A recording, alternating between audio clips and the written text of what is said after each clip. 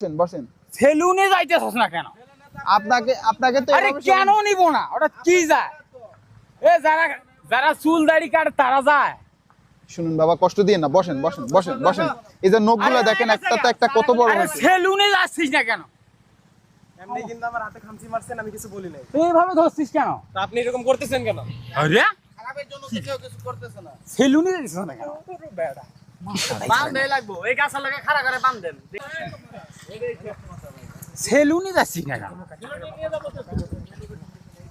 তুই কি পা ধরতে যাস বাবা দুটো পিছনে বসেন বসেন বাবা, বসেন সেলুনে যাইতেছস না কেন? বসেন বাবা। আরে সেলুনে যাইতেছস না কেন?